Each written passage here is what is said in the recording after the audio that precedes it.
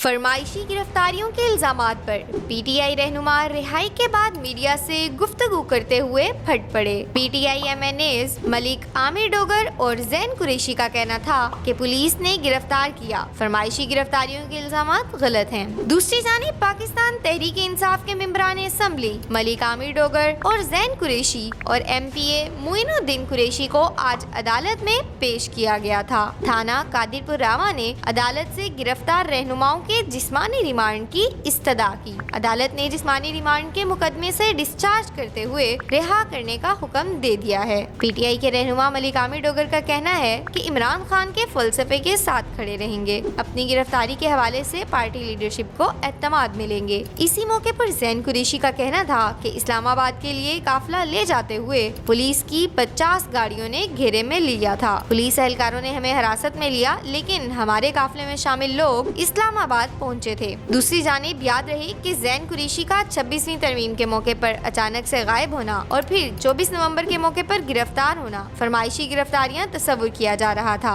इस मौके पर उनका कहना था कि फरमाइशी गिरफ्तारी के इल्जामात की कोई परवाह नहीं, पार्टी की आदत को मुतमईन करके रहेंगे।